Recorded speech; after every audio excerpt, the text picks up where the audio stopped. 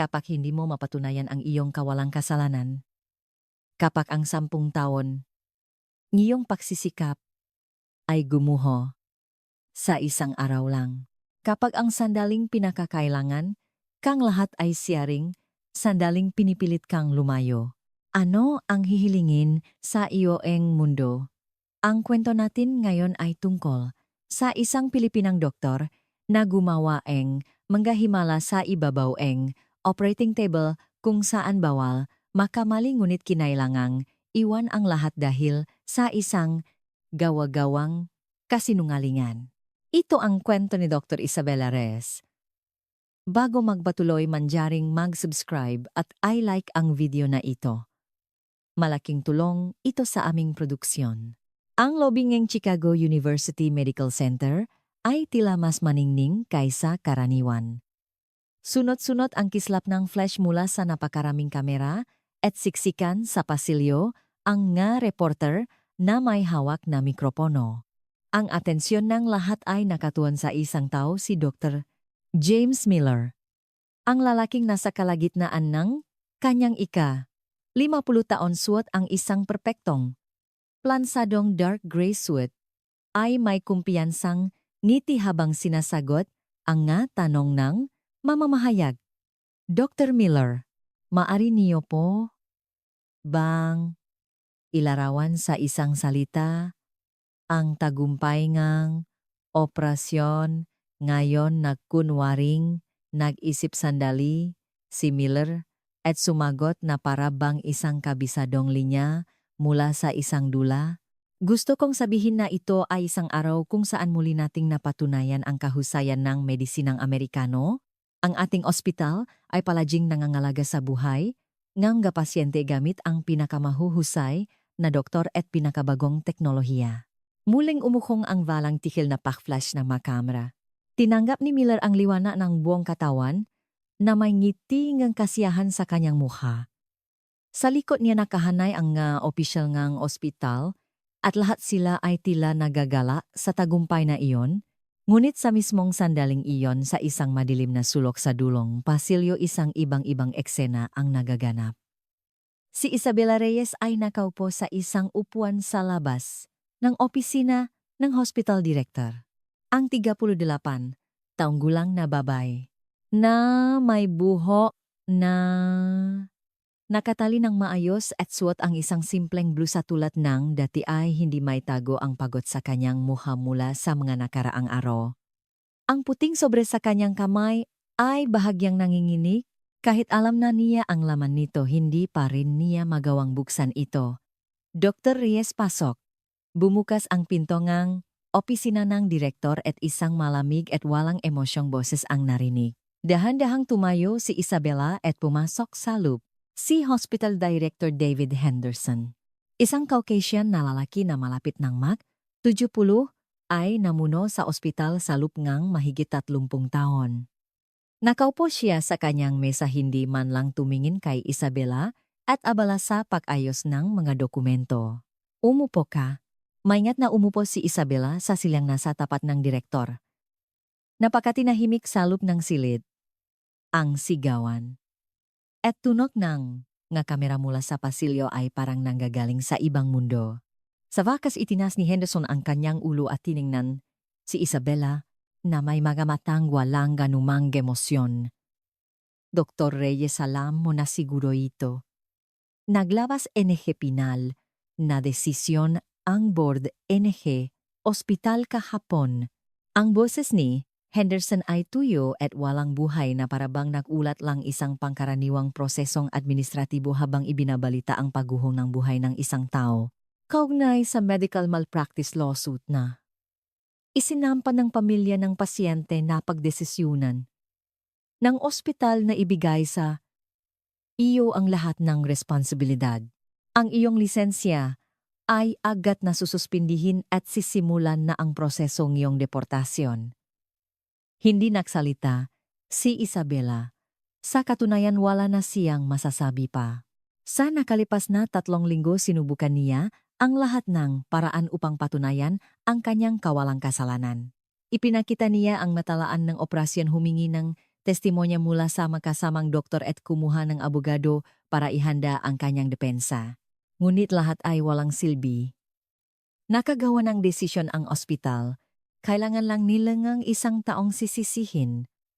Alam kong 10 taon kang naglingkod ng tapat sa ospital na ito pagpapatuloy ni Henderson, ngunit ang kanyang tono ay walang bahid ng sinseridad.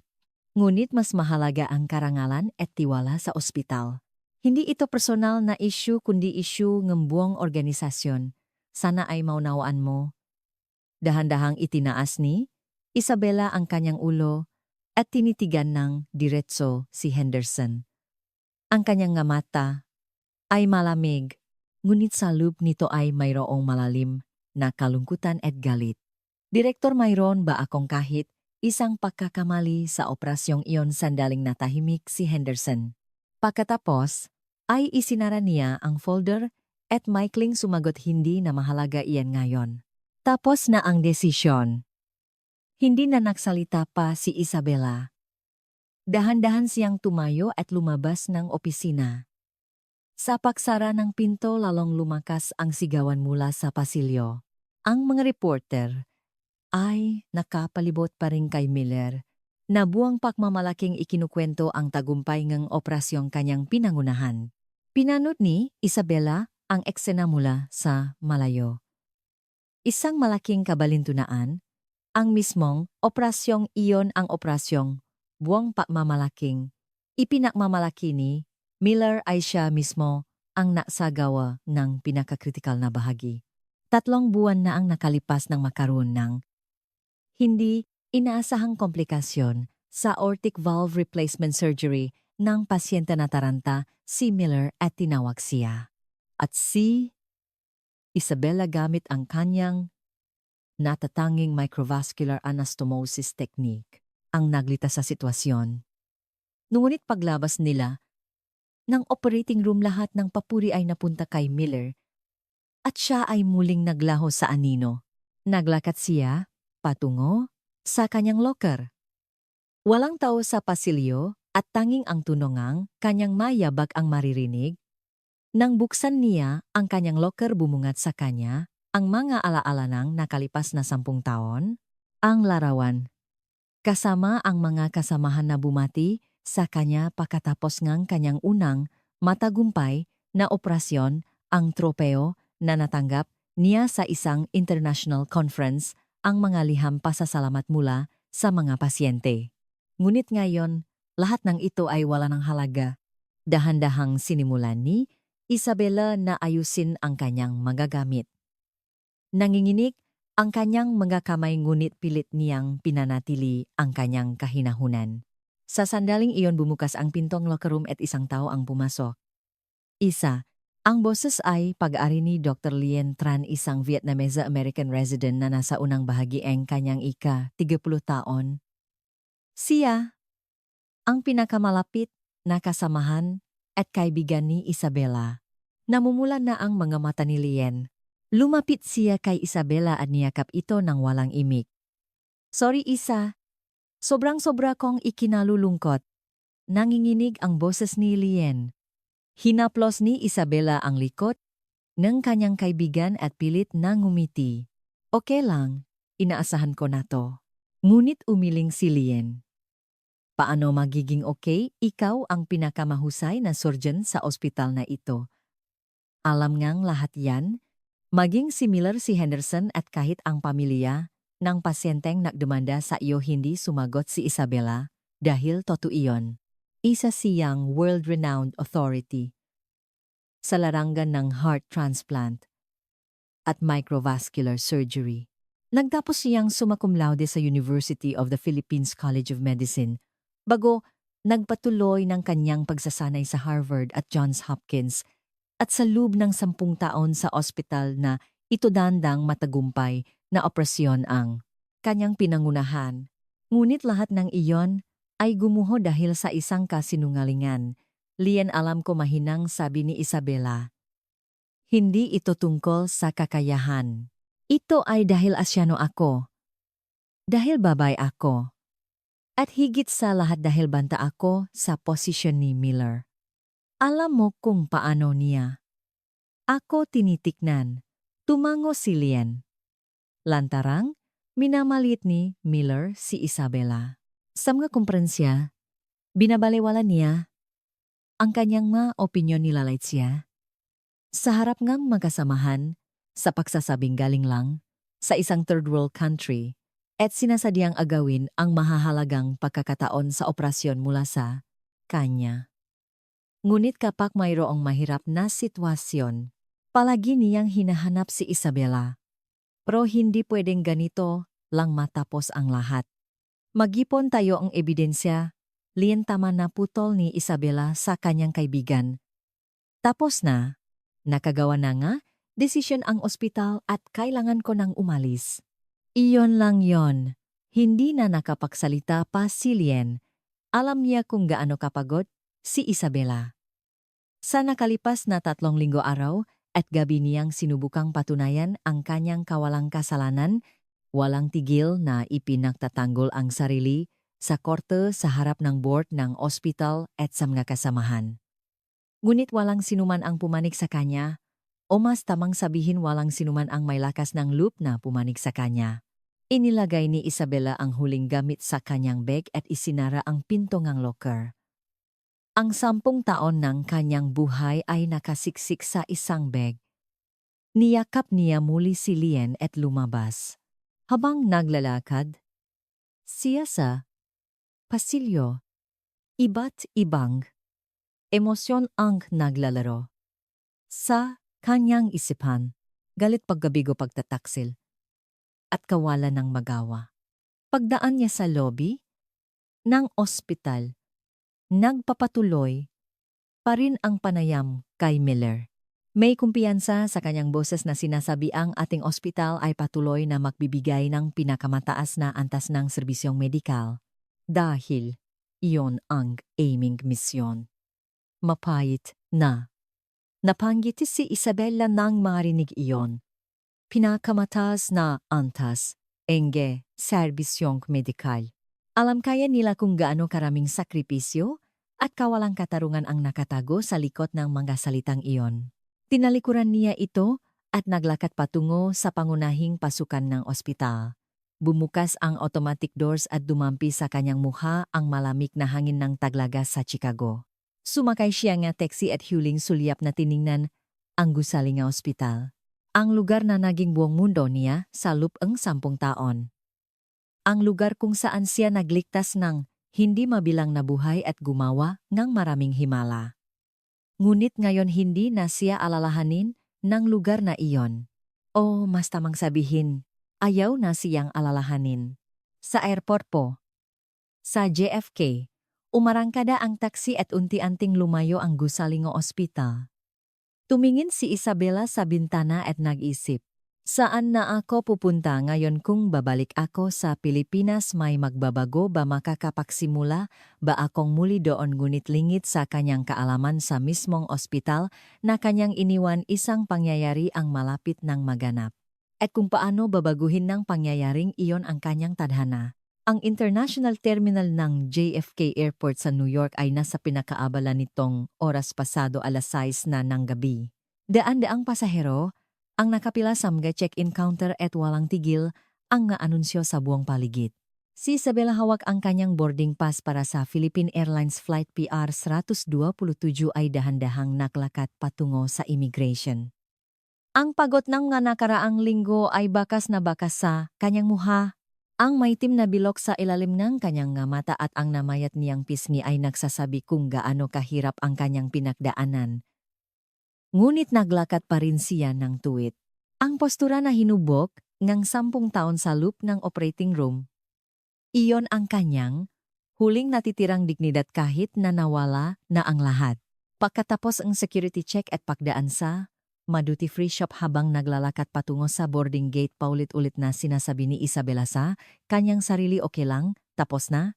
Pagbalik ko sa Pilipinas, may bagong simula. Ngunit kahit siya ay hindi lubos na naniniwala sa mga salitang iyon. Sa edad na 38 na binuo ang buong karera sa Amerika, alam niya kung gaano kahirap magsimulang muli sa Pilipinas. Naupo siya sa isang upuan malapit, sagit naghihintay ngang boarding time, at walang ganang kinuha ang kanyang telepono. Isang mensahe mula kay Lian ang nasa screen. Isa, tumawag ka agad pagdating mo. Ikaw ang pinakamahusay na doktor. Huwag mong kalimutan yan. Bumuntong hininga si Isabela at ibinalik ang telepono sa kanyang bag. Pinakamahusay na doktor. Ang nga salitang iyon ay tila hungkak ngayon, hindi sapat na magaling ka lang. Kung hindi ka kinikilala ng sistema, walang halaga ang iyong talento. Sa parehong oras sa Chicago, isang ibang-ibang kapaligiran ang nagaganap. Ang pasilyo sa labas ng Emergency Operating Room ng Chicago University Medical Center ay punong tensyon na hindi may hahambing sa karaniwan. Isang dosenang security personnel ang nakaposte sa iba't ibang bahagi ng pasilyo at ang mga matataas na opisyal ng ospital ay hindi mapakali habang naglalakat-lakat sa labas ng OR. At sa gitna nila ay si Hospital Director Henderson. Handa na ba ang lahat? Ang boses ni Henderson ay puno ng pag-alala. Tumango ang head nurse sa tabi niya. Opo, Direktor. Naka-standby na po ang buong surgical team. Pumasok na po si Dr. Miller 10 minuto na ang nakalipas. Tiningnan ni Henderson ang kanyang relo. 8:11 p.m. Sa sandaling ito ang buong Amerika ay nakatutok sa operasyong ito. O mas tamang sabihin sabik na nag-abang sa tagumpay nito. Ang bidang operasyon ay si Emily Johnson, isang 12 taong gulang na batang babae na may congenital heart disease at ginugol ang buong buhay sa ospital. Mahirap ang kanyang pamilya at wala silang maayos na insurance. Ang heart transplant ang kanyang tanging pag-asa, ngunit ang halaga nito ay $200,000, isang halagang imposible para sa isang ordinaryong pamilya. Ngunit 3 buwan na ang nakalipas, nagbago ang lahat. Matapos ang mahabang debate, ipinasa ng Kongreso ng Amerika ang isang Universal Healthcare Act at agad itong pinirmahan ng Pangulo. Ang batas na ito ay naglalayong magbigay ng mahahalagang serbisyong medikal sa lahat ng mamamayan anuman ang kanilang katayuan sa buhay. At si Emily ang napiling unang makikinabang sa batas na ito. Malawakan itong ibinalita ng media. Ang kwento ni Emily ay isinahimpapawid sa buong bansa at siya ay naging simbolong reformang pangkalusugan sa Amerika. Personal siyang binisitang Pangulo, hinawakan ang kanyang kamay, at idineklara na ang matagumpay na operasyon ng batang ito ang magiging simula ng bagong medisinang Amerikano. Kaya't ang operasyong ito ay hindi lamang isang medikal na pamamaraan. Ito ay isang proyektong pampulitika, isang pambansang kaganapan at higit sa lahat isang operasyon kung saan bawal ang pakabigo.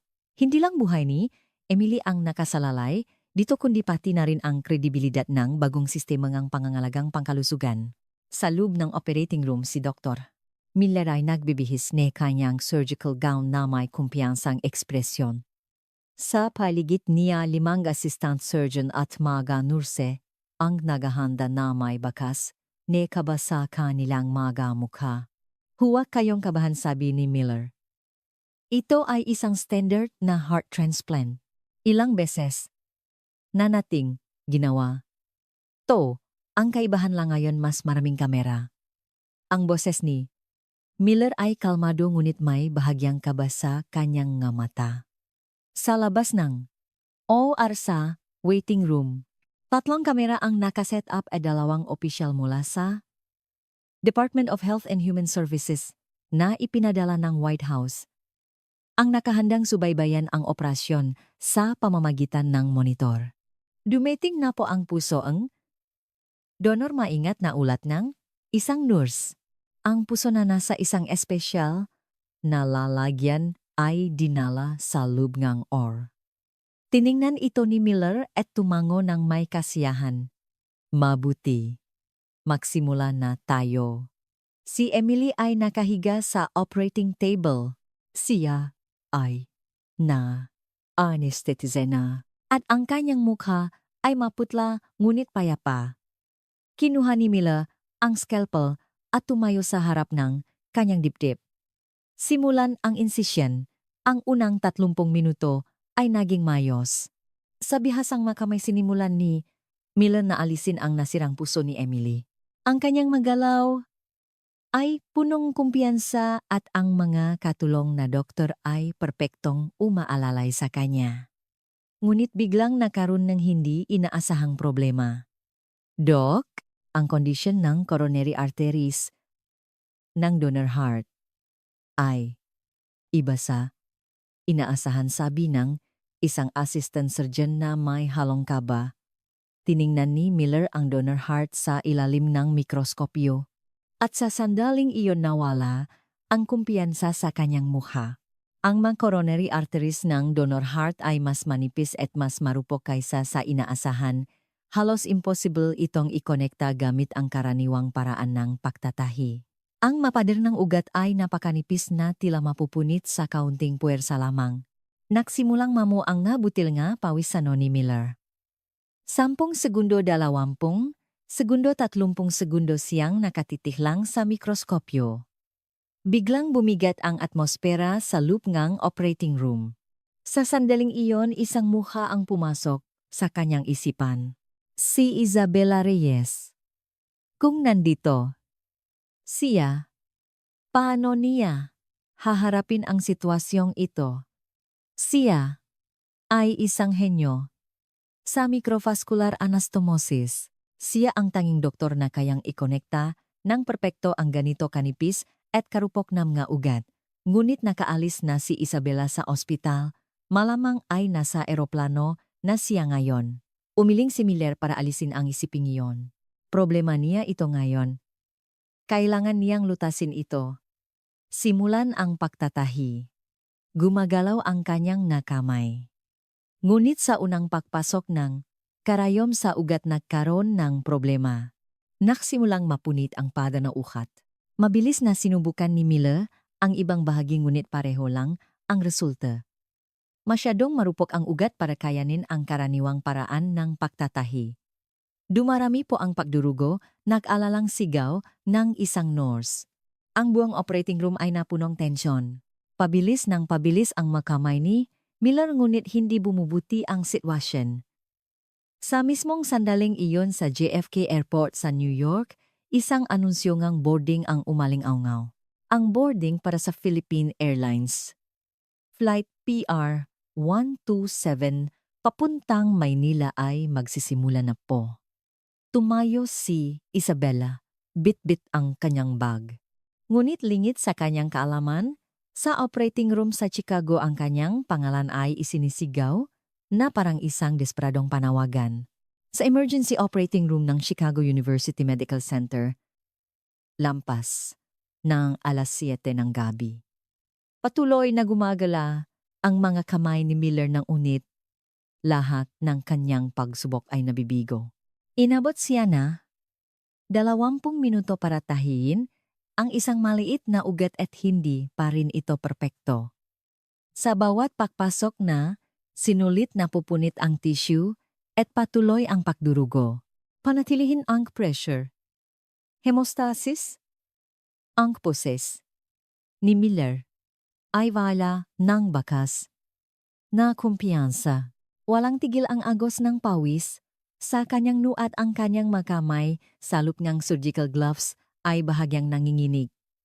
Ang mga assistant surgeon ay nakatingin sa kanya nang may kabang ngunit walang nangahas magsalita. Si Miller ang may pananagutan sa operasyong ito at sa sandaling sumuko siya tapos na ang lahat. Sa labas sa waiting room nakatitik si Henderson sa monitor, hawak ang kanyang kamao. Isa sa mga opisyal mula sa White House, sa tabi niya ang maingat na nagsalita. Direktor, mukhang seryoso ang sitwasyon. Kailangan naming magulat sa Washington. Alam ninyo na personal na sinusubaybayan ng Pangulo ang kasong ito. Hindi sumagot si Henderson. Nakapako pa rin ang kanyang mata sa monitor. Sa screen si Miller ay paulit-ulit na ginagawa ang parehong kilos sa loob ng 40 minuto. Sinusubukang tahiin, nabibigo, sinusubukang muli at nabibigo ulit. Isang walang katapusang siklo. Ano ba talagang problema tanong gumuling opisyal? Sa pagkataong ito dahan-dahang lumingon si Henderson. Maputla ang kanyang mukha at nanginginig ang kanyang boses. Ang kondisyon ng maugat ng donor heart ay mas malala kaysa sa inaasahan. Imposibleng ikonekta gamit ang karaniwang pamamaraan ng pagtatahi. Sa ganitong kaso, huminto si Henderson, bumuntong hininga at nagpatuloy. Kailangan ng isang espesyal na microvascular anastomosis technique. Isang pamamaraan na nangangailangan ng napakataas na antas ng katumpakan at dekada ng karanasan. Ibig sabihin wala si Dr. Miller ng ganong kakayahan naging matalas ang boses ng opisyal. Sa halip na sumagot yumuko si Henderson. Binalot ng katahimikan ang silid. Sa sandaling iyon mula sa loob ng operating room, narinig ang nag-alalang boses ng anesthesiologist. Dok, biglang bumabagsak ang blood pressure ng pasyente, hindi rin stable ang tibok ng puso na patigil, si Miller hawak ang scalpel. Ang kanyang makamay ay nanginginig sa era at ang kanyang mata ay nagpapakita ng pag-alinlangan. Dok, kailangan niyo pong magdesisyon, sigaw ng isang assistant surgeon, ngunit hindi makapagsalita si Miller. Malinaw niyang naiintindihan ang kanyang limitasyon. Ang operasyong ito ay lampas sa kanyang kakayahan. Kahit anong subok niya, kahit anong pagsisikap, hindi niya kayang ikonekta ng perpekto ang mga maliliit na ugat na ito, at sa sandaling iyon isang salita ang lumabas sa bibig ni Miller, tawagin si Reyes. Lahat ng tao sa loob ng operating room ay napalingon sa kanya. Sa likod ng kanyang maskara na may desperadong mamata, sumigaw ulit si Miller. Tawagin ninyo si Dr. Reyes, ngayon din siya. Siya lang ang makakagawa nito. Hindi ko kaya. Nangingini ang kanyang boses. Nawala na ang imahe ng kumpiyansang hepeng surgery. Sa kanyang lugar, isang doktor na punong desperasyon at kawalan ng magawa ang naiwan. Nagatinginan ang mga assistant surgeon litong-lito. Ngunit nang marinig nila ang pangalang Isabela Reyes, alam nilang lahat siya lang ang makakalutas sa imposibleng sitwasyong ito. Sa pamamagitan ng speaker, sa waiting room umalingaw-ngaw ang boses ni Miller. Nang marinig ito ni Henderson, namutla siya. Isabela Reyes, ang doktor na siya mismo, ang nag-utos na i-deport ilang oras lang ang nakalipas.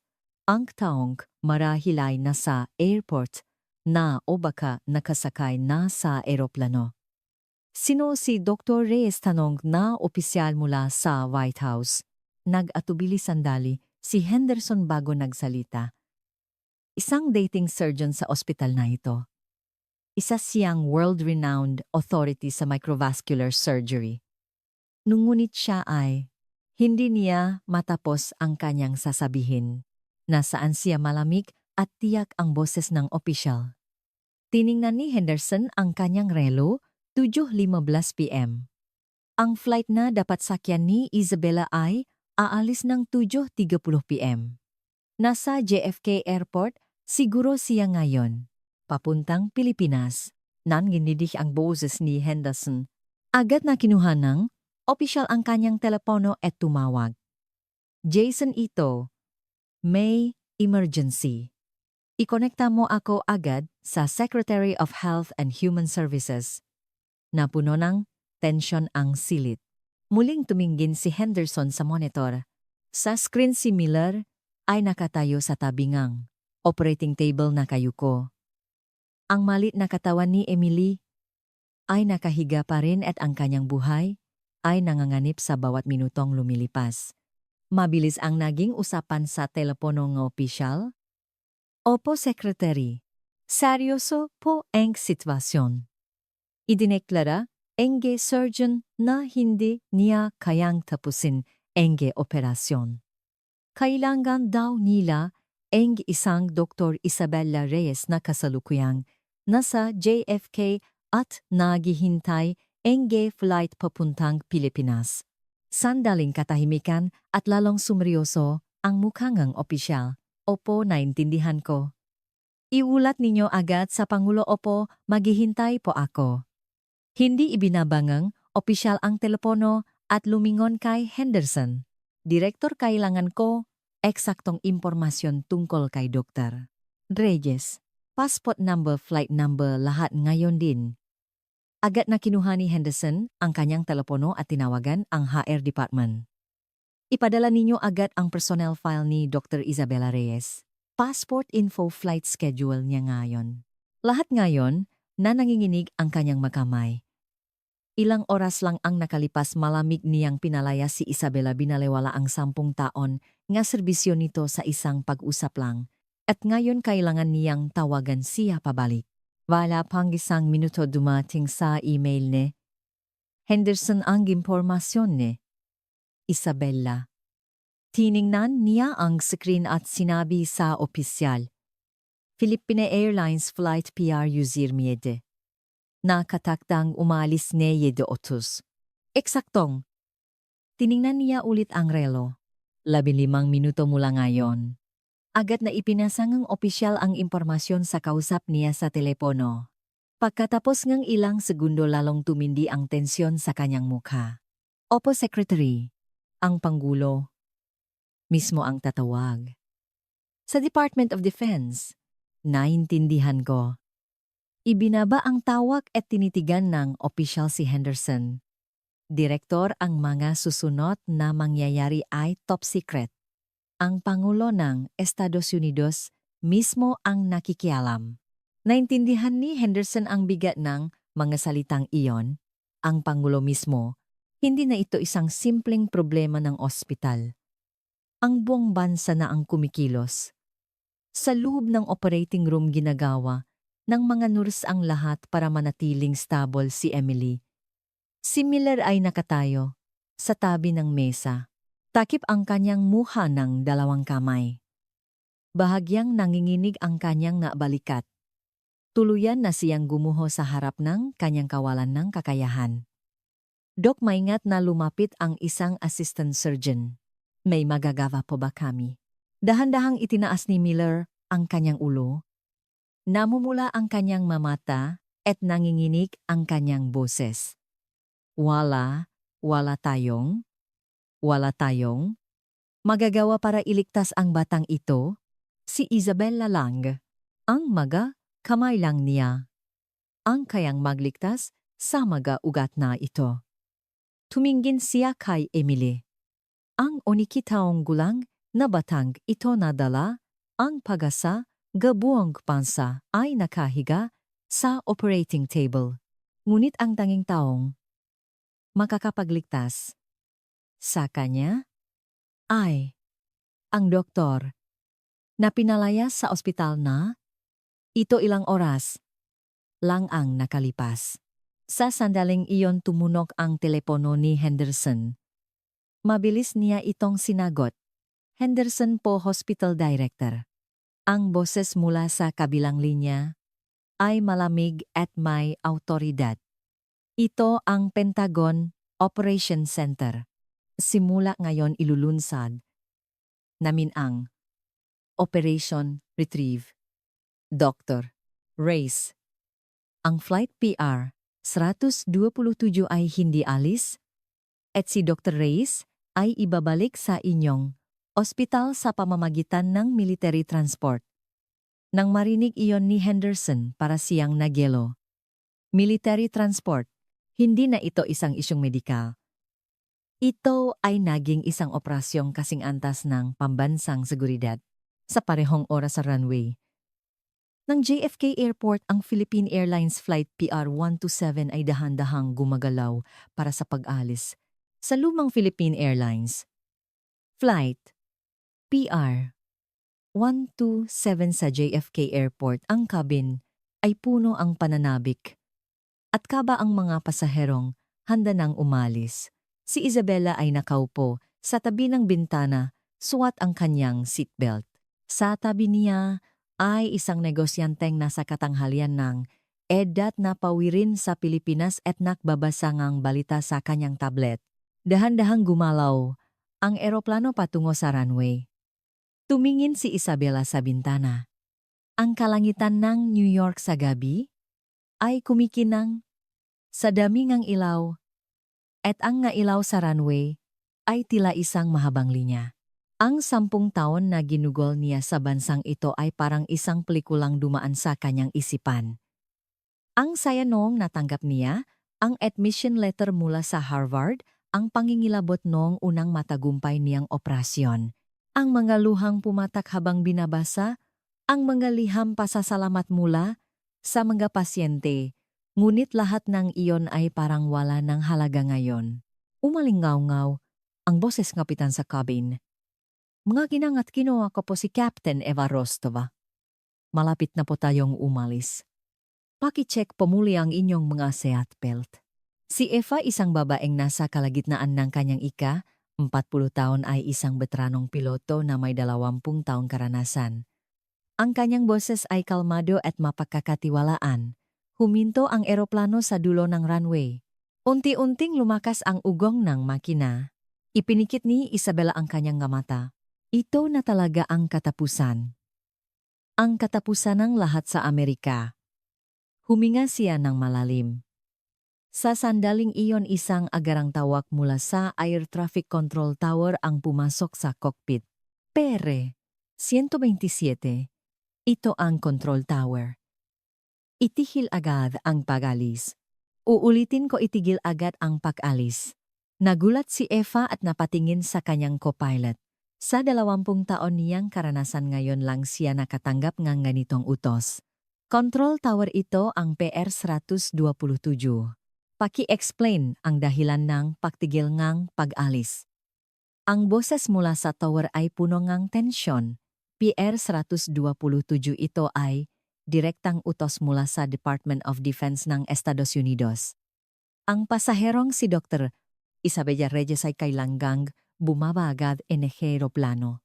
Ito ay isang usaping may kinalaman sa pambansang seguridad at nangangailangan ng agarang aksyon. Tumingin si Eva sa kanyang co-pilot na hindi makapaniwala. Direktang utos mula sa Department of Defense, Pambansang Seguridad. Ano ang nangyayari? Agad na tiningnan ng co-pilot ang listahan ng mga pasahero. Kapitan si Dr. Isabela Reyes ay nasa upuan 23A. Huminga ng malalim si Eva. Walang manual para sa ganitong sitwasyon, ngunit kailangan niyang magdesisyon. Control tower, ito ang PR 127. Naintindihan ko ang utos. Mananatili kami sa runway. Dahan-dahang huminto ang eroplano.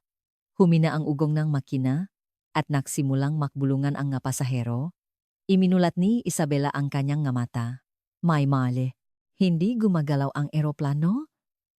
Ang nga pasahero sa paligid niya ay nakatinginan ng may pag-alala. Sa sandaling iyon, narinig ang boses ni Eva sa cabin. Mga ginang at ginupaumanhin po. Dahil sa isang hindi inaasahang pangyayari, pansamantalang naantala ang ating pag-alis. Kung si Dr. Isabela Reyes po ay nasa loop nga eroplano, mangyaring magpakilala sa isang flight attendant. Ito po ay isang emergency. Napatigil si Isabela. Ang kanyang pangalan ay tinawag sa buong cabin. Ano ang nangyayari? Nagsimulang tumingin sa kanya ang nga pasahero sa paligid. Dahan-dahan niyang itinaas ang kanyang kamay. Ako po si Isabela Reyes. Isang flight attendant ang mabilis na lumapit sa kanya. Dr. Reyes, kailangan niyo po kaming samahan. Ngayon din po. Nanginginig ang boses ng flight attendant. Nalilito si Isabela habang tumatayo. Ano pong nangyayari? May problema po ba sa akin? Hindi po namin may paliwanag ngayon. Pakiusap po, magmadali tayo. Kinuha ng flight attendant ang kanyang bag at sinamahan siya papunta sa labasan. Lahat ng pasahero ay gulat na pinapanood ang eksena. Sinundan ni Isabela ang flight attendant palabas ng eroplano.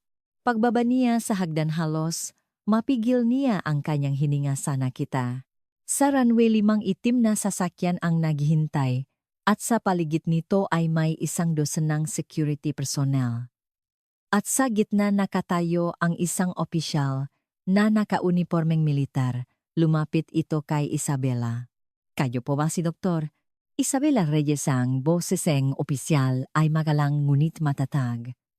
Tumango si Isabela. Opo. Pero ano po ba, Dr. Reyes?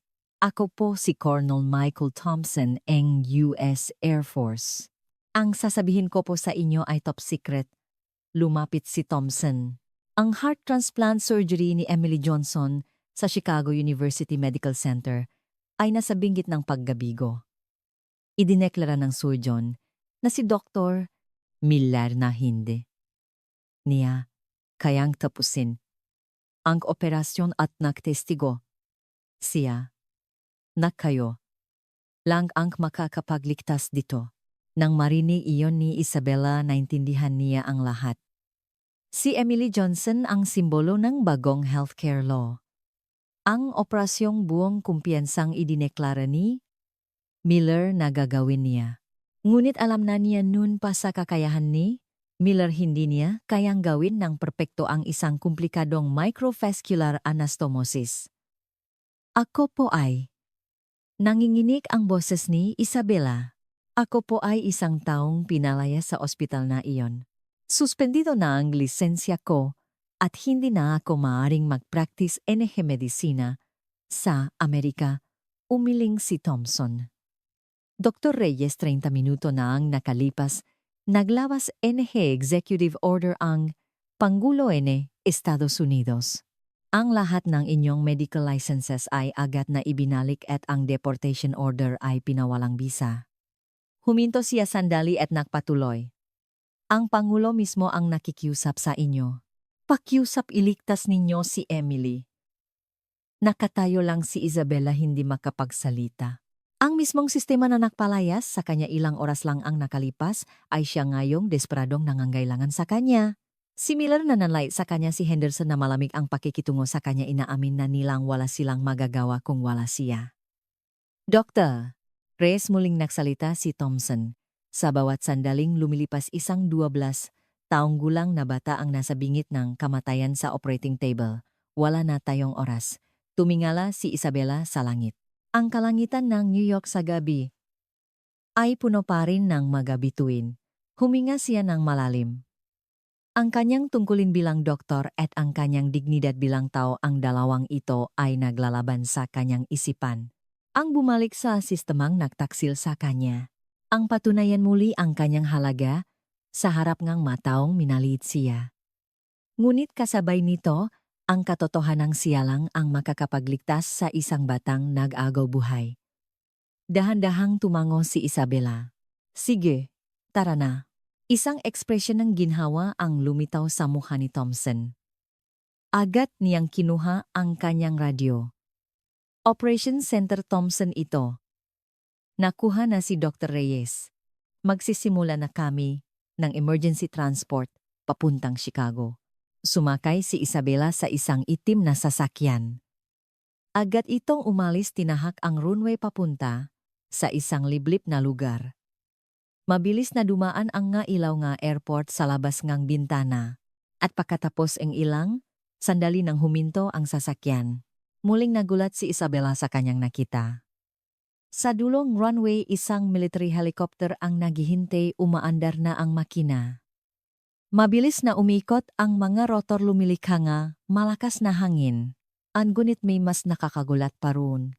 Sa himpapawid sa paligid ng helicopter, dalawang F-22 Raptor fighter jets ang mababang lumilipad. Bumaba si Isabela sa sasakyan at tumingala. Ang ugong nga makina nga jet ay pumuno sa kalangitan at ang kanilang mga ilaw ay kumikinang na pula sa dilim. Ang pinakabagong stealth fighter jets ng Air Force. Hindi ito isang simpleng transportasyon. Ito ay isang pambansang operasyong pang-emergency. Lumapit si Thompson at itinuro ang langit. Ang jet na iyan ay lumipat sa direktang utos ng Pangulo. Ang misyon nila ay ihatid kayo ng ligtas at pinakamabilis sa Chicago. Ang kanyang boses ay naglalaman ng kahalagahan ng misyong ito. Hindi makapagsalita si Isabela. Fighter jet escort. Ito ay isang antas NG seguridad na ibinibigay lamang sa mga pinuno NG Estado. Ilang oras lang ang nakalipas itinuring siyang isang kriminal na idinideport. Ngunit ngayon ginagamit ng Estados Unidos ang pinakabagong ma-fighter jet nito para protektahan siya. Dr. Reyes, wala na tayong oras, sabi ni Thompson, itinuturo ang helicopter. Tumango si Isabela at naglakad patungo sa helicopter. Ang malakas na hangin mula sa marotor ay nagpawagayway sa kanyang buhok bago pumasok. Huli siyang tumingala. Ang dalawang jet ay patuloy na umikot sa itaas. Sumara ang pinto ng helicopter at nagsimula na itong umangat. Isinuot ni Isabela ang headset at tumingin sa bintana. Habang tumataas ang helicopter, lumapit ang dalawang jet sa magkabilang panig, bumubuongang isang escort formation. Tila ba ini-escort nila ang Air Force One, pinapanatili ang eksaktong distansya habang sabay silang lumilipat pakanluran. Sa labas ng bintana nakikita ang matikas na silweta ng jet. Ang kanilang imahe habang humahawi sa kalangitan sa gabi ay kahanga-hanga. Biglang napagtanto ni Isabela ang lahat ng ito ay para lang may ligtas ang isang bata. Si Emily Johnson. Ang 12 taong gulang na batang iyon ang nagpagalaw sa isang malaking bansa tulad ng Amerika. O mas tamang sabihin, ang sinisimbolong batang iyon ang pag-asa para sa isang bagong sistema ng pangangalagang pangkalusugan. Ang pangako na lahat ng mamayan ay makakatanggap ng pantay na pagtrato. Iyon ang nagpagalaw sa bansa. At ang kabalintunaan, ang tanging taong makakatupad sa pangakong iyon ay siya na itinakwil ngang sistema. Tahimik na ipinikit ni Isabela ang kanyang nga mata. Ang helicopter na ini-escort ng mga fighter jet ay mabilis na lumilipad patungong Chicago. Ang ugong ng rotor, ang military helicopter, ay halos nakakabinggi. Suot ang kanyang headset, nakatingin si Isabela sa bintana. Ang mailaw New York ay unti-unting nawawala habang mabilis silang lumilipat patungong Chicago. Sa tabi niya ay si Colonel Thompson at sa tapat nila ay dalawang sundalo na namamahala sa mga kagamitang medikal. Dr. Reyes, abutin tayo ngang halos 2 oras papuntang Chicago, sabi ni Thompson sa pamamagitan ng headset. Nakontak na namin ang ospital at hinihintay na kayo ngang operating room. Tumango si Isabela ngunit hindi nagsalita. Sa kanyang isipan, napakaraming bagay ang mabilis na naglalaro. Si Emily Johnson, isang 12 taong gulang na bata. Hindi lang siya isang pasyente. Siya ang pag-asa ngang milyon-milyon ang simbolo ngang isang bagong sistema ngang pangangalagang pangkalusugan at ang sukatan ngang tagumpay sa politika. Ngunit para kay Isabela, si Emily ay isang batang gustong mabuhay. Anuman ang sistema, anuman ang politika, may karapatan ang batang iyon na mabuhay. Tiningnan ni Isabela ang kanyang mga kamay. Sa makamay na ito, daan-daang buhay ang kanyang iniligtas. Mga operasyong itinuturing na impossible ay naging matagumpay, at mga pasyenteng sinukuan ng kanyang mga kasamahan ay muling nabuhay. Ngunit lahat ng tagumpay na iyon ay gumuho dahil sa isang kasinungalingan. Tiningnan ng sistema hindi ang kanyang kakayahan kundi ang kanyang pinakmulan at lahi. Gaano man siya kausay, sa huli isa lang siyang babaeng doktor na galing sa Pilipinas. Dr. Reyes, muling nagsalita si Thompson. Kung maari ko pong itanong, ano po ang nararamdaman ninyo? Ngayon lumingon si Isabela sa kanya, sa mukha ni Thompson. Mayroong tunay na pag-aalala. Sandali siyang natahimik bago nagsalita. Bumabalik po ako ngayon sa ospital kung saan ako pinalayas. Ayusin ko ang operasyong sinira ng doktor na nanlait sa akin. Sa totoo lang po, durok ang aking amor propio. Nanginginig ang kanyang boses ngunit matatag. Pero doktor po ako. Anuman ang ginawa nila sa akin, hindi ko kayang talikuran ang isang batang nag-aagaw buhay. Yumuko si Thompson ng walang imik. Isa siyang sundalo, at ang pagsunod sa utos ang kanyang tungkulin. Ngunit sa sandaling ito, bahagya niyang naintindihan ang bigat ng panlup na tunggalian na pinagdadaanan ni Isabela. Isa po kayong kahangahangang tao, mahinang sabi ni Thompson. Nagpatuloy sa paglipad ang helicopter. Sa labas ng bintana nakikita ang madilim na kapatagan ng Pennsylvania at sa di kalayuan ang nga ilaw ng Ohio.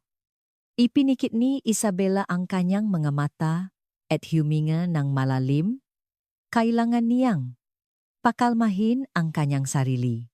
Pagpasok niya sa operating room, kailangan niyang isantabi ang lahat ng emosyon at mag-focus lamang sa pasyente.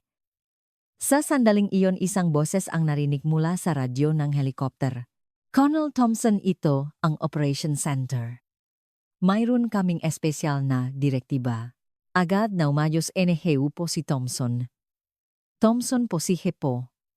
Ang Pangulo mismo ang nagpadala mensahe.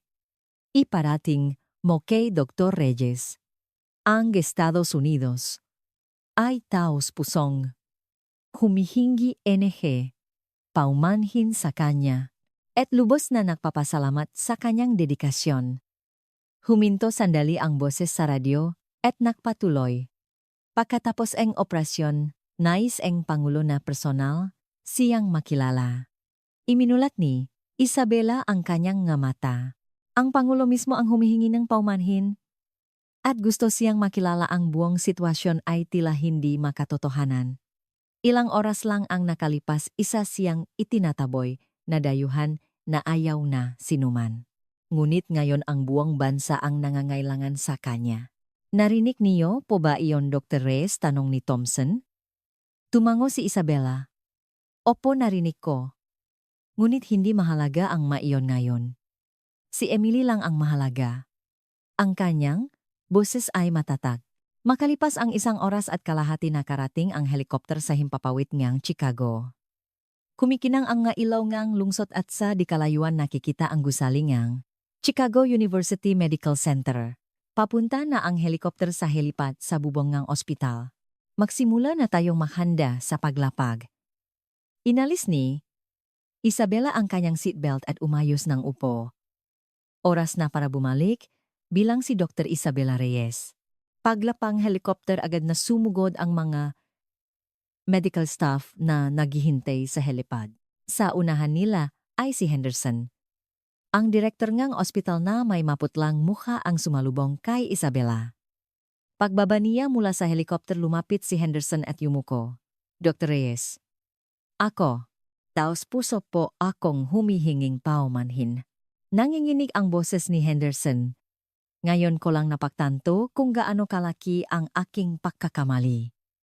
Malamig siyang tiningnan ni Isabela. Direktor, mamaya ko na po tatanggapin ang paumanhin ninyo. Ang pasyente po muna. Nilampasan niya si Henderson at pumasok sa loob nga ospital. Ang pasilyo ay punong tensyon. Nakahanay ang nga medical staff sa makabilang panik na katingin sa kanya. Sa mga matang lahat mayroong pananabik. Mabilis na naglakad si Isabela patungo sa operating room. Pagdating niya sa harap ngang bumukas ang pinto at lumabas si Miller.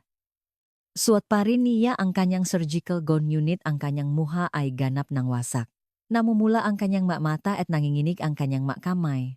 Nang makita niya si Isabela, huminto siya sa harap niya. Dr. Reyes. Halos hindi marinig ang boses ni Miller. Ako, talo na ako, sinira ko ang lahat, tama ka. Hindi ako karapat-dapat kahit sa dulong yung madaliri. Yumuko siya. Pakiusap, iligtas mo ang bata. Pakiusap. Nilampasan siya ni Isabela at pumasok sa operating room. Walang oras para sa emosyon. Sa loob si Emily ay nakahiga sa operating table at ang medical team ay halos hindi na mapanatili ang kanyang buhay. Lumapit si Isabela sa mesa at sinuri ang kondisyon ni Emily. Ang puso ay naalis na at ang donor heart ay nasa tabi.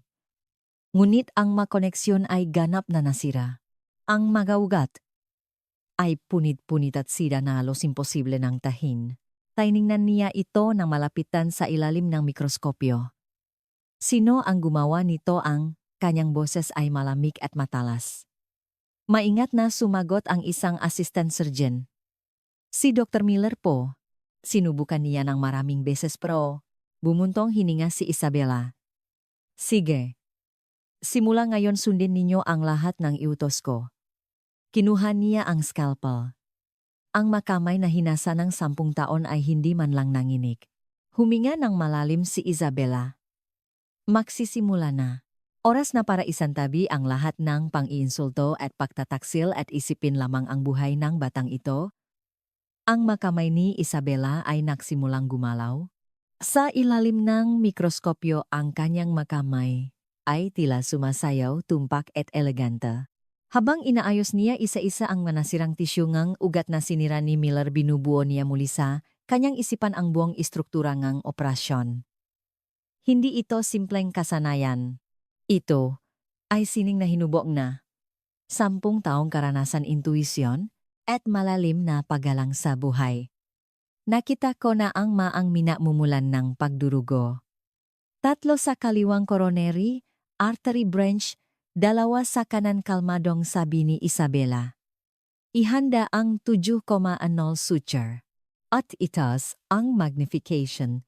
Nya mikroskopyo sa Kirk. Mabilis na kumilos ang ma-assistant surgeon ayon sa kanyang mautos.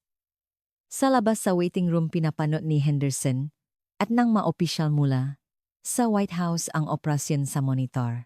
Ang magalaw ni Isabela ipangibe sa magalaw ni Mila. Kung si Miller ay nagmamadali, nag-alinlangan at nakakasiranam, nga ugat si Isabela naman ay dahan-dahan ngunit tiyak na nilulutas ang bawat problema. Tingnan ninyo ang gakamay niya bulong ngang isang assistant surgeon ng may pahanga. Perpekto niyang tinatahi ang maugat ng hindi man lang nasisira ang mapader nito. Iyan ay isang pamamaraan na hindi mo makikita kahit sa textbook. Hindi makapagsalita si Henderson. Ngayon niya lubos na naunawaan kung gaano kalaki ang kanyang pagkakamali. Natapos ni Isabela ang pagtatahi sa unang ugat. Ang maliit na karayom ay dumaan sa pader ng ugat, gumuhit ng isang perpektong kurba at sa pagipit ng sinulit tumigil ang pagdurugo. Huminto siya sandali at sinuri ang resulta. Perpekto. Lumipat siya sa susunod na ugat. Dok, nagsisimula na pong maging stable ang vital signs kam pasyente, ulat kam anesthesiologist. Tumanggos si Isabela at nagipatuloy sa pagikonsentrache. May mga butil ngang pawis sa kanyang ngunit hindi man lang nanginig ang kanyang makamay. Ito ang kakayahang hinasa niya sa loob ngang 10 taon. Daan-daang operasyon, libu-libong oras ng pagsasanay at isang perpeksionismong hindi tumatanggap ngang kahit katiting na pagkakamali. Lumipas ang oras, 30 minuto, 40 minuto, 50 minuto. Natapos tahi ini, Isabela ang 5 pangunahing ugat at ang huling hakbang na lang ang natitira. Ang ganap na ikonekta ang donor heart sa katawan ni Emily. Ito ang pinakamahalaga at pinakamapanganib na sandali. Ilalagay ko na ang puso. Maingat na itinaas ni Isabela ang donor heart. Ang maliit na organong iyon ay naglalaman ng posibilidad ng buhay sa kanyang makamay. Dahan-dahan, napakadahan-dahan niyang inilagay ang puso sa loob ng dibdib ni Emily. Lahat ng ugat ay nasa tamang posisyon. Simulan ang koneksyon. Ang kanyang boses ay kalmado pa rin. Ngunit lahat ng tao sa loob ng operating room ay pigil ang hininga sa kaba. Ang sandaling ito ang magtatakda ng tagumpay o kabiguan. Sinimulan ni Isabela na ikonekta ang mga ugat isa-isa. Bawat tahi ay dapat perpekto. Isang pagkakamali lang ay maring kumitil sa buhay ni Emily. Lumipas ang 10 minuto. Lahat ng koneksyon ay tapos na. Huling sinuri ni Isabela ang lahat sa ilalim ng mikroskopyo. Walang pagdurugo mula sa mga tinahing bahagi at lahat ng ugat ay nasa perpektong lugar. Huminga siya ng malalim. Sisimulan na natin ang reperfusion. Ito na ang pinakamahalagang sandali. Ang muling pagpapadaloy ng dugo. Kung hindi perpekto ang pagtatahi sa sandaling ito, lahat ay guguho. Simulang ang reperfusion. Nagsimulang dumaloy. Muli ang dugo. Sa pamamagitan ng magkakonektadong ugat ang mainit na pulang likido ay pumasok sa donor heart. 1 segundo, 2 segundo, 3 segundo, lahat ng tao sa operating room ay pigil ang hininga. At sa sandaling iyon, isang himala ang nangyari. Nagsimulang tumibok ang puso. Sa una isang mahinang panginginig. Ngunit unti-unti ang panginginig na iyon ay naging isang regular na tibok at ang puso ay malakas na nagbombaeng dugo sa buong katawan. Ang ECG graph sa monitor ay nagsimulang gumuhit ng isang normal na ritmo. Normal na po ang heart rate, siga, ng anesthesiologist. Tumas ang blood pressure at nagiging normal na. Ang oxygen saturation, napuno ng buntong hininga. Ang ginhawa, ang operating room. Nagkatinginan ang ma-assistant surgeon na hindi makapaniwala. Sandaling ipinikit ni Isabela ang kanyang mamata. Nagtagumpay siya. Sa labas sa waiting room isang sigawan ng tagumpay ang umaling-awngaw. Napaupo si Henderson sa isang silyatakip ang kanyang mukha. Agad na kinuha ng mga opisyal mula sa White House ang kanilang telepono para magulat. Naging matagumpay ang operasyon ngunit alam ni Isabela na hindi pa tapos. Tahiin na natin ang dibdib. Lahat mag-focus. Muli niyang kinuha ang scalpel. Ang tagumpay ng heart transplant ay simula pa lang. Mayroon pang perpektong pagtatahi pag-iwas sa impeksyon at maingat na pagtatapos na kailangang gawin. Lumipas pa ang 1 oras. Bawat tahi ni Isabela sa dibdib ni Emily ay puno ng pag-ingat. Lahat ng tissue ay naibalik sa tamang lugar at ang sugat ay malinis na naisara. Sa pagtatali ang huling sinulit saka lang nakahinga ng maluwag si Isabela. Tapos na ang operasyon. Umaling-awngaw ang kanyang boses sa or. Sa sandaling iyon nagsimulang pumalakpak ang lahat ng medical staff sa loop. Alam nilang ang nasaksihan nila ay hindi lang isang operasyon kundi isang himala. Tinanggal ni Isabela ang kanyang guwantes at tiningnan si Emily sa operating table. Ang 12 taong gulang na batang ito ay magsisimula na ngayon ng isang bagong buhay kasama ang isang bagong puso. Namo ang galuha sa mata ni Isabela.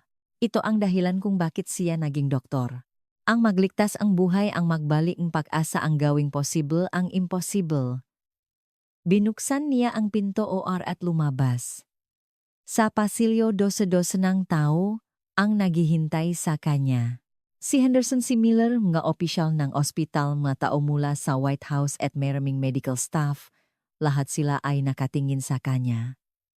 Tumayo si Isabela sa harap nila.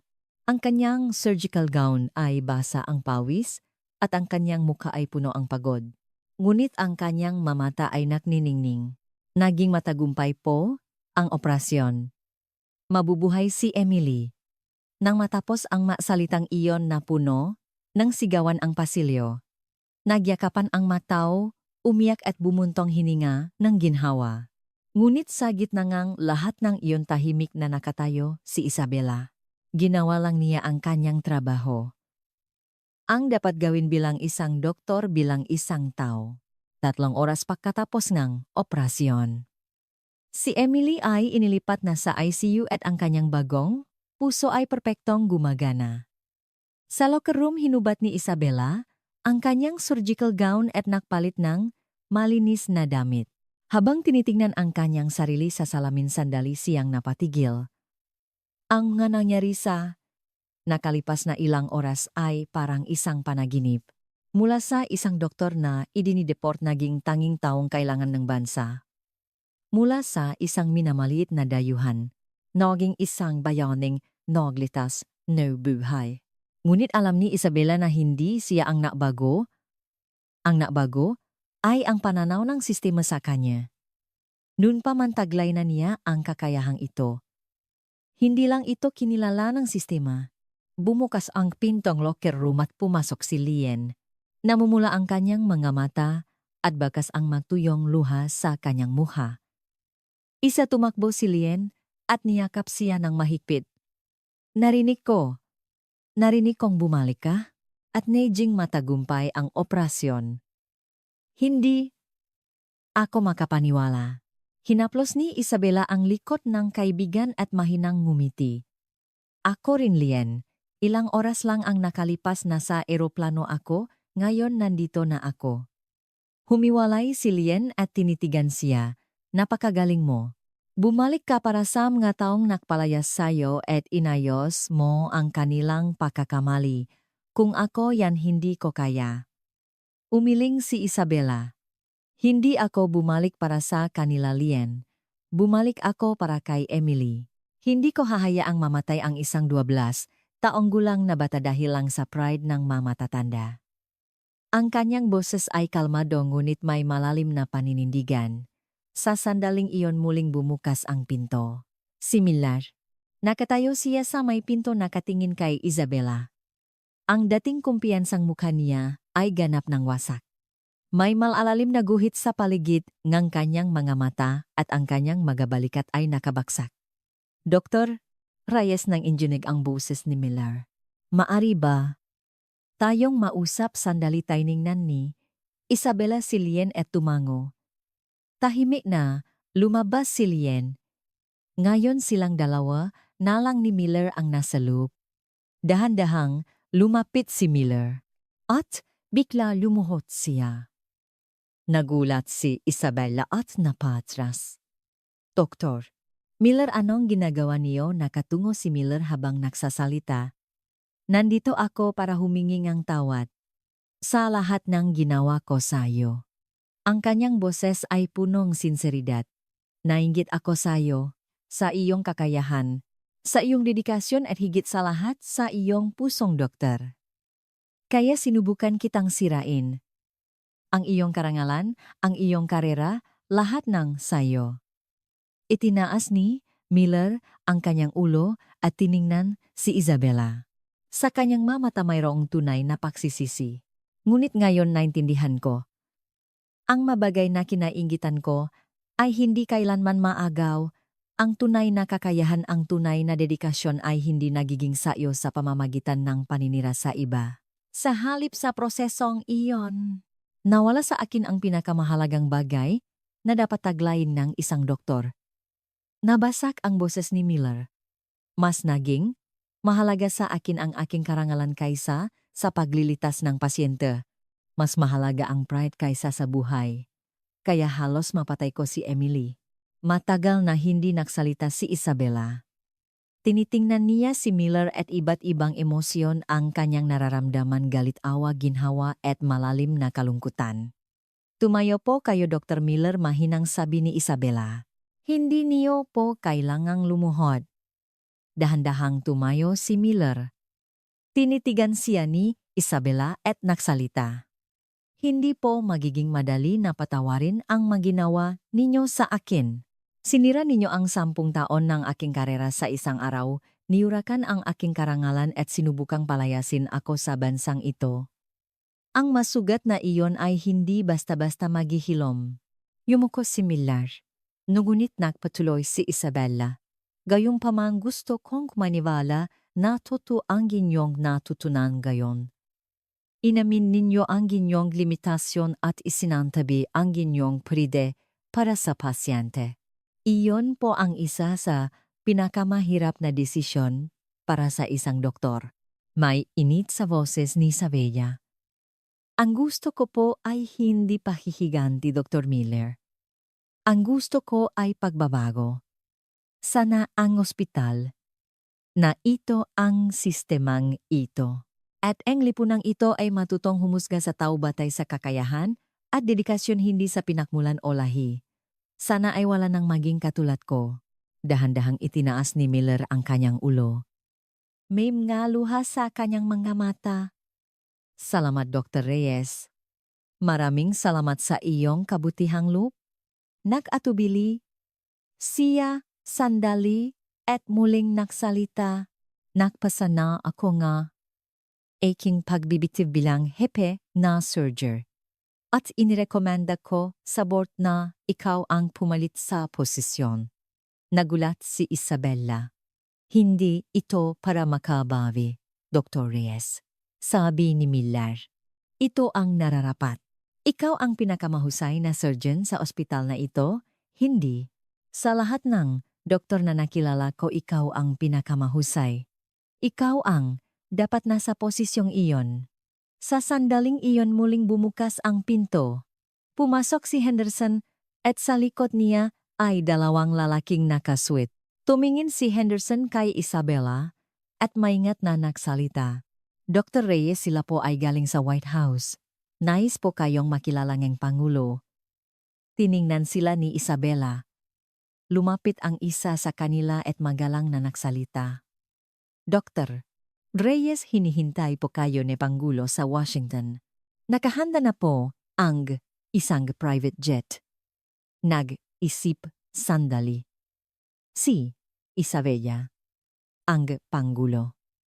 Ang pinakamataas na pinuno. Ang Estados Unidos gusto siyang makilala, sige po. Pero may isang kondisyon. Tumango ang opisyal mula sa White House. Sabihin niyo po, bago ko po makilala ang Pangulo, gusto ko munang makita si Emily. Kailangan kong personal na suriin ang kalagayan ng pasyente. Nag-atubili sandali ang opisyal bago tumango. Siyempre po, puntahan niyo po muna ang pasyente. Nagpunta si Isabela sa iko. Doon mahimbing pa ring natutulog. Si Emily. Napapaligiran siyang maraming monitor at makinangunit ang kanyang muka ay payapa. Hinawakan ni Isabela ang kamay ni Emily. Maliit at mainit na kamay. Para sa maliit na kamay na ito kumilos, ang buong bansa pinabalik ang isang eroplano at bumalik siya rito. Laban lang, Emily. Paggising mo, isang bagong mundo ang sasalubong sa iyo. At sa mundong iyon malaya kang makakatakbo at makakapaglaro. Binitawan ni Isabela ang kamay ni Emily at lumabas ng ICU. Sa pasilyo naghihintay ang mga opisyal mula sa White House. Handa na po ba kayo, Dr. Reyes? Tumango si Isabela. Opo. Tara na. Lumabas siyang ospital. Sa labas isang itim na sasakyan ang nahihintay at sa kalangitan sumisikat na ang araw. Ang mahabang gabi ay lumipas na at isang bagong araw ang nagsisimula. Tahimik sa loop nga. Private jet patungong Washington, D.C. Nakaupo si Isabela sa tabingang bintana, pinapanood ang pagsikat ng araw sa silangan. Ang pulang liwanag ay tumatagos sa mga ulap, nagbabadya ng isang bagong araw. Ang nangyari sa nakalipas na 24 na oras ay parang isang pelikulang dumaan sa kanyang isipan. Ang malamig na hangin sa opisina, ang direktor, ang mabigat na katahimikan sa loop na taksi, ang kabahabang naghihintay sa eroplano. At bigla ang pagbabalik ang military helicopter, ang pagbabalik sa operating room. Lahat ay hindi kapanipaniwala ngunit napakalinaw. Tiningnan ni Isabela ang kanyang kamay. Sa makamay na ito iniligtas niya ang buhay ni Emily. Ngunit hindi lang buhay ng isang bata ang kanyang iniligtas, lumapag ang jet sa isang military base malapit sa White House. Pababa ni Isabela personal, siyang sinalubong ng Chief of Staff ng Pangulo. Dr. Reyes, hinihintay po kayo ng Pangulo sa kanyang opisina. Dito po tayo. Isang itim na sasakyan ang naghatid sa kanya sa White House.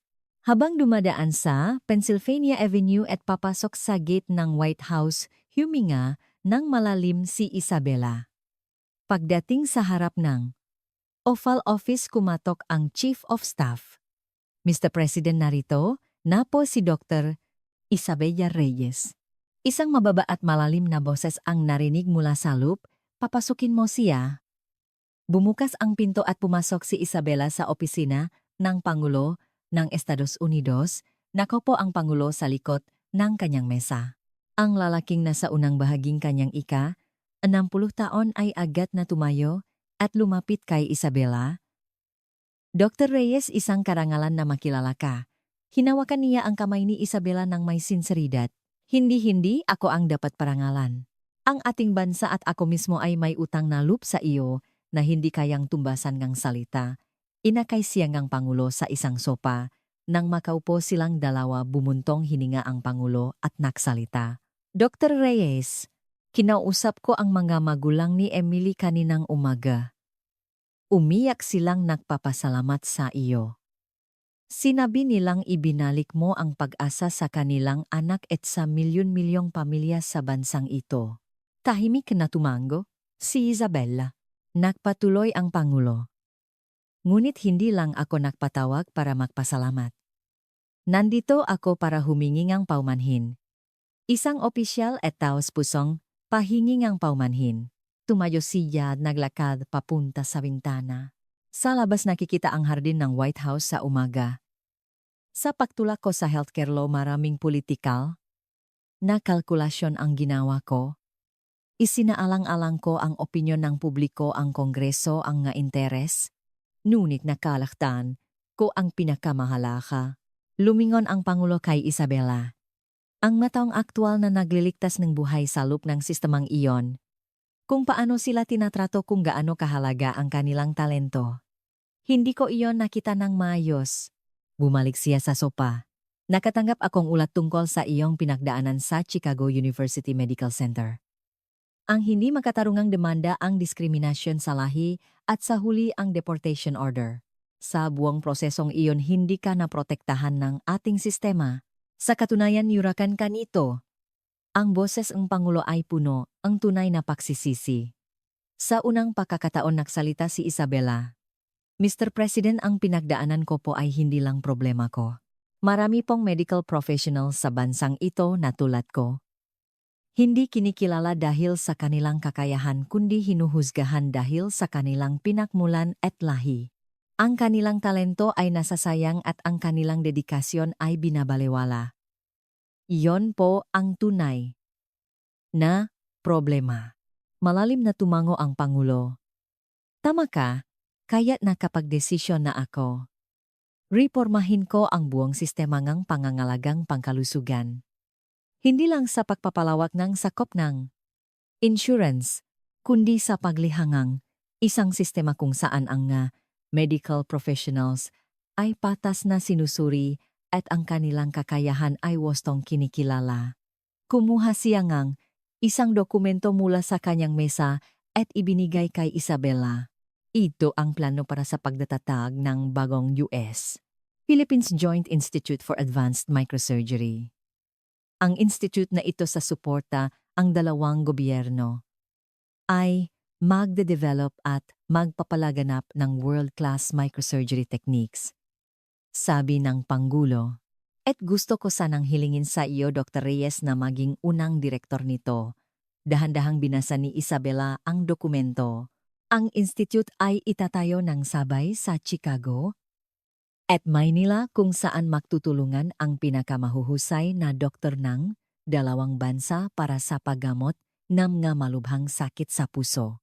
Ang budget ay $50 milyong taon-taon at lahat ng resulta ng pananaliksik ay ibabahagi sa buong mundo.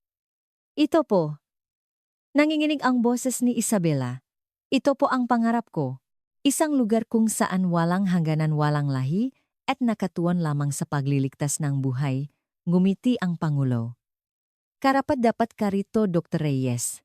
Hindi ikaw lang ang makakagawa nito. Ibinaba ni Isabella ang dokumento at tiningnan ang Pangulo. Mr. President, may isa po akong kondisyon.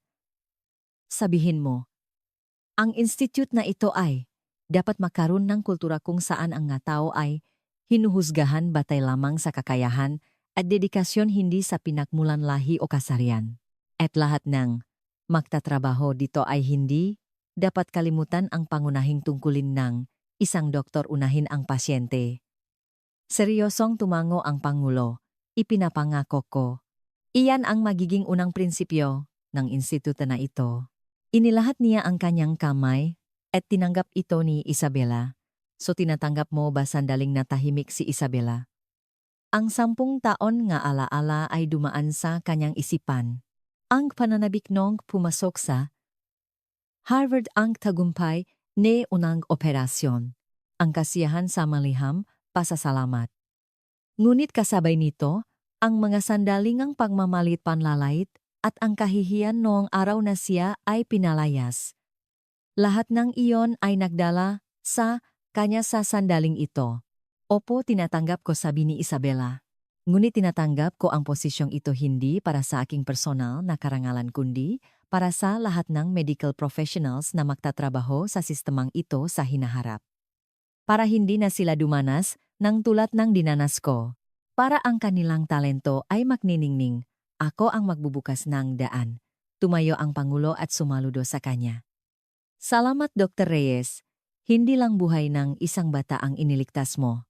Tinuruan mo kaming lahat kung ano ang tunay na kahulugan ng pagiging doktor at kung gaano kahalaga ang isang makatarungang sistema. Paglabas ni Isabela sa White House, dos-dos ng flash ng kamera ang sumalubong sa kanya. Dumaksa ang mga reporter at umulangam nga tanong. Ngunit tahimik lang siyang ngumiti. Wala na siyang kailangang patunayan. Ang kanyang mga kamay, ang kanyang dedikasyon, ang kanyang buong pagkatao ay nagsabi ng lahat. 3 buwan ang lumipas, sabay na binuksan ang U.S. Philippines Joint Institute for Advanced Microsurgery sa Chicago at Maynila. Dinaluhan ng mga pinuno ng dalawang bansa ang pagbubukas at naging sentro ito ng atensyon ng buong mundo. Si Isabela bilang unang direktor ay nagsabi sa kanyang talumpati, ngayon nagsisimula tayo ngang isang bagong kabanata. Isang lugar kung saan walang hangganan, walang lahi at walang anumang pakiling na hahadlang sa buhay. Isang lugar kung saan tanging kakayahan at dedikasyon ang kinikilala. Dito sama-sama tayong gagawa ngang mahimala. Sa audience nakaupo si Emily. Ganap ng malusok na kangiti siyang nakatingin kay Isabela. At ang unang nag-apply bilang researcher sa institute ay si Dr. Miller. Iniwan niya ang lahat ng kanyang titulo at piniling magsimulang muli. Tahimik nang gumiti si Isabela nang makita ang kanyang aplikasyon. Posible ang pagbabago. Ang mga tao ay maring lumago at ang sistema ay maring mapabuti. Nang gabing iyon pinanood ni Isabela ang tanawin ng Chicago mula sa bintana ng institute. 10 taon na ang nakalipas nang una siyang dumating sa lungsod na ito, puno siyan ng pangarap. Ang mapangarap na iyon ay gumuho at muling nabuhay at ngayon ay naging isang katotohanang higit pa sa kanyang inaakala. Tiningnan niya ang kanyang makamay. Ilan pang buhay ang may lilitas ng makamay na ito, ilan pang pag-asa ang malilikha nito, alam ni Isabela. Ang tunay na tagumpay ay wala sa paghihiganti kundi sa pagbabago. Ang tunay na lakas ay wala sa paninira sa iba kundi sa sabay-sabay na paglago. At ang pinakamaningning na sandali ay hindi ang personal na karangalan kundi ang paglihangang isang mas mabuting mundo para sa lahat.